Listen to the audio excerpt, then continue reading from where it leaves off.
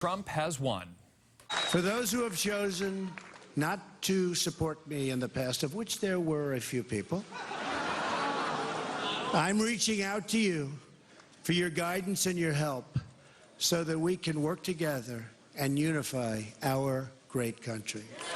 Donald Trump is president-elect of the United States. Trump vowing to be president for all Americans as he addressed supporters just before 3 o'clock this morning. It was a late night and a very tight race, but in the end, it was Trump that won the majority of battleground states. Hillary Clinton did call Donald Trump to concede this race early this morning. We have live team coverage of the election. Nicole Jacobs is covering the still undecided New Hampshire Senate race. Anna Myler has reaction to Trump's win here in Boston, but we begin with Liam Martin. He is live in New York City with Trump's big victory. Liam, good morning.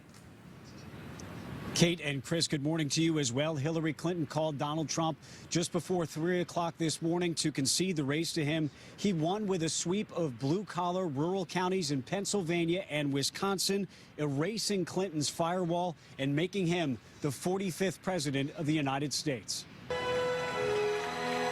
President-elect Donald Trump emerged on stage at his election night headquarters in New York, cheered by crowds of supporters. It is time for us to come together as one united people. The Republican nominee defied expectations Tuesday, racking up crucial victories in the battleground states of Florida, North Carolina, and Ohio, among others. I've not met a single person out there yet who doesn't feel like I do and has the same burden on their heart about what's happening to our country. Earlier, Hillary Clinton calling Trump to concede the race. She congratulated us. It's about us on our victory.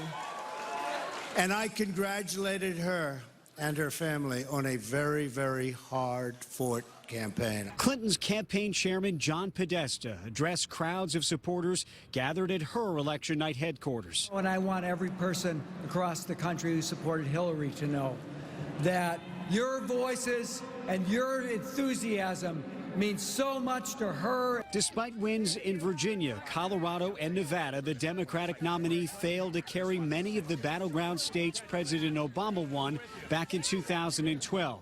Many of those gathered to see a Clinton victory rally left in tears. As the results trickled in, crowds of demonstrators gathered outside the White House, anxiously waiting an end to a bitter presidential contest. House Speaker Paul Ryan, who was critical of Trump's campaign, called to congratulate him on a big night.